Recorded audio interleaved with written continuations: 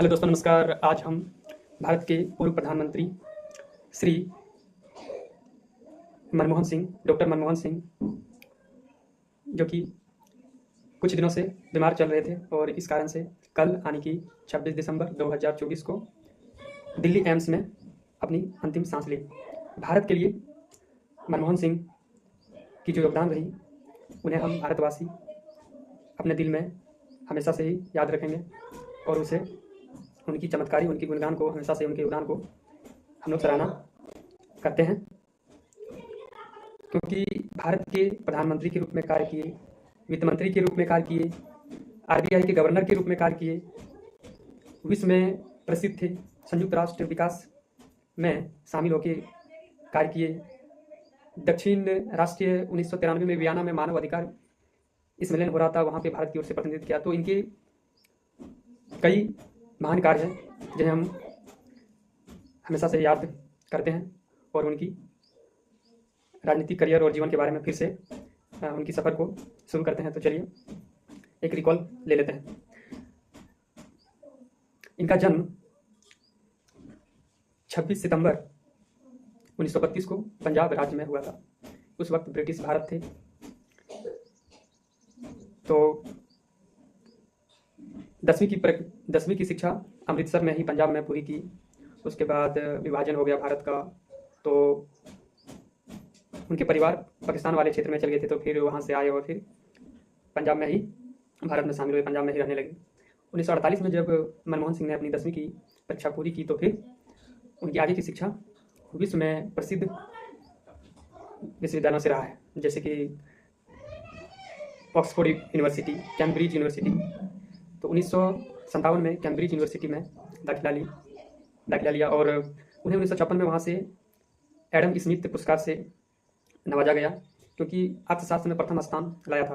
और उसके बाद 1962 में ऑक्सफोर्ड यूनिवर्सिटी में अर्थशास्त्र में डी.फिल किया।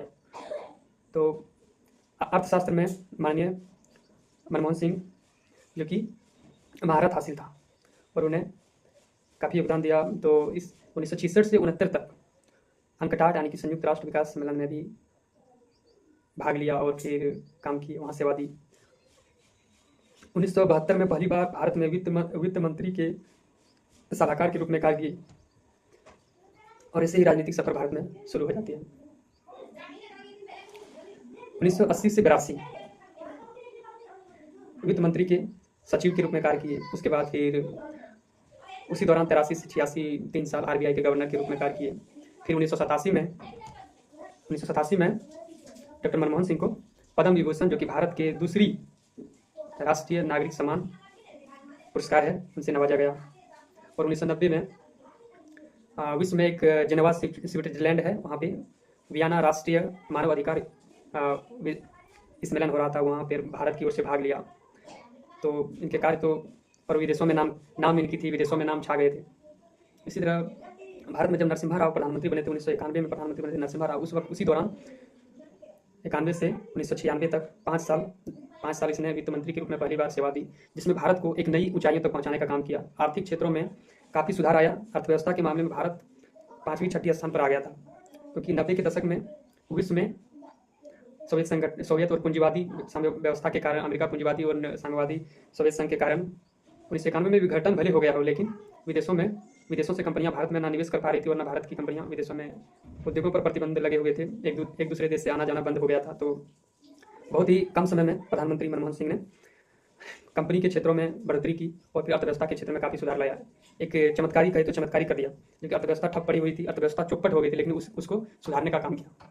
तो हम उनकी बातों को, उनके योगदान और उनकी जो शैक्षिक जो एक रही, उनकी जो दिमाग जो रहा, जो बुद्धि जो रही, जो भारत के लिए जो कर दिखाया, वो वाकई ही बहुत ही सराहना करने वाली बात है। तो इसी तरह 1998 से 2004 राज्यसभा के सदस्य के रूप में कार्य किया। पहली बार असम से वह राज्य विधानमंडल के सदस्य में आए थे और फिर राज्यसभा के सदस्य के रूप में काम किया।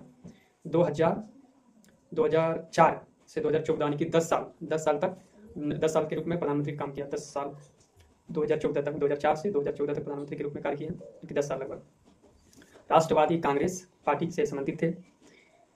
और दोनों बार बहुमत के साथ जीते थे कांग्रेस पार्टी। और ऐसे ही महान पुरस्कार भी दिए गए थे। एक बार पुरस्कार के बारे में हम याद करते हैं, जैसे कि 1993 में एशिया से इसको एशिया मनी अवार्ड दिया गया था, एशिया मनी अवार्ड। उसके बाद 1995 में जवाहरलाल नेहरू जन्म शताब्दी पुरस्कार दिए गए थे 1995 में। उसके बाद 1993-94 में ही यूरोप से यूरो मनी अवार्ड दिया गया था। और 1987 में तो ऐसे पद्म विभूषण दिया ही गया है भारत में।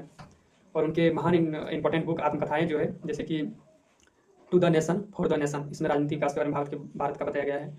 To the nation for the nation, to the nation for the nation, ठीक है ना, राष्ट्र के लिए राष्ट्र। तो उसके बाद एक और बुक लिखा गया था 2006 में लिखा गया था, मेकिंग डेमोक्रेसी 2006 में लिखा गया था, मेकिंग डेमोक्रेसी, जिसमें भारत की आर्थिक व्यवस्था, भारत के राजनीतिक विकास और भारत की जो लोकतंत्र के प्रति जो रही, जो नागरिकों के प्रति रहा राजनीति, उन सब के बारे में लिखा गया। और एक बुक लिखा